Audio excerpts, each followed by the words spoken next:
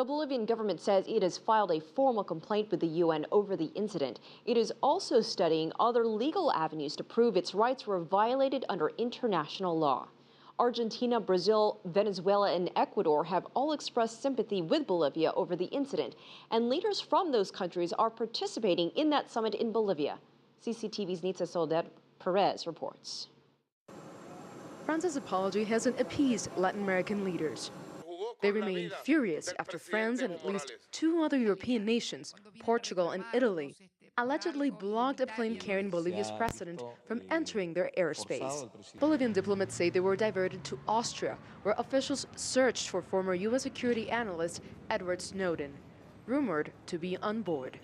French and Portuguese officials deny their countries refused to permit President Evo Morales' plane to land for refueling. Morales landed in Bolivia's capital, La Paz, late Wednesday after waiting over 13 hours in Austria, partly because the pilots couldn't find an approved flight plan.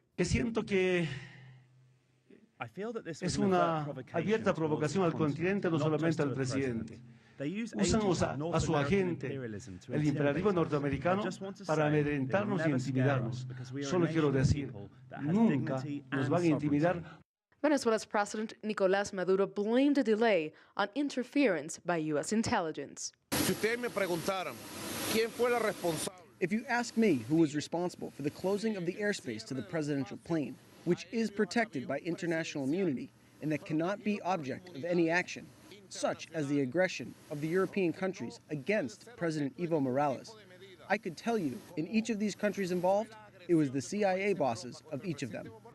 Presidents of member nations of the Union of South American Nations, known as UNASUR, met Thursday in Bolivia to discuss a collective response to what they call a dangerous attitude by the French and Portuguese governments. UNASUR has already galvanized its support for the Bolivian government, saying that President Morales' life was in danger and demanding an explanation of why such a humiliating incident was allowed to happen. Nitza Perez, CCTV, Quito, Ecuador.